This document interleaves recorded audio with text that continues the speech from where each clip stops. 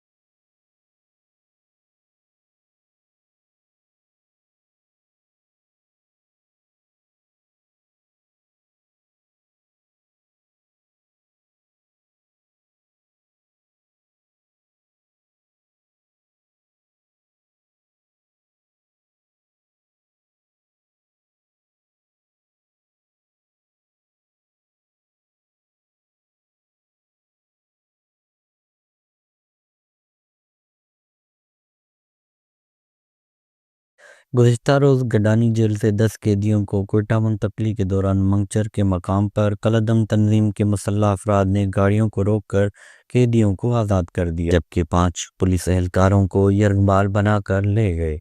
यरगमालियों में से एक पुलिस एहलकार शब्बीर अहमद बलोच की बहन और भाई ने वॉच न्यूज़ से बात करते हुए कहा कि उनका भाई शब्बीर बलोच अपनी फैमिली का वाहिद कफील है। जब से उसके अगवा की खबर सुनी है, पूरी फैमिली सख्त परेशानी में मुब्तला हो गई है, जबकि एहलकार की जोजा सदमे में शदीद बीमार होकर अस्पताल में एडमिट हो गई है। 4 रोचे में बिरात गारे मनी बिराजत ट्यूशन होता खज्जरोच पेते राया चारी मर्ची तक अंगा पेते कोई आले वाली नहीं थी मनी बाबी जो इससे अस्पताल एडमिट है अंगा मनी माँ तक खबर भी नहीं के बारे अगर माइया खबर भी पड़ी जो ये तबीयत ज़्यादा ही ख़राब भी पैसरा चाहिए तबीयत ख़राब है यानी कि कुछ बेकनी मनी बिराता जल्दी रिया बेकनी 4 रोज बीतता अंगा तक कोई आले वाली नहीं थी माँ भी बलोचे मनी बाई छे कसूरी शे तुका अब रोज़गार व्यवस्था होता और आयन अगवा कोता बुरता जल्दी में या फिर हमेशा के जल्दी या जल्द से जल्द रिया बेकने ये कोई वास्ता ही नहीं कोई अबरे तुका कली ड्यूटी होता सोबा होता शपायत का कोई कसे वास्ता ना चीज़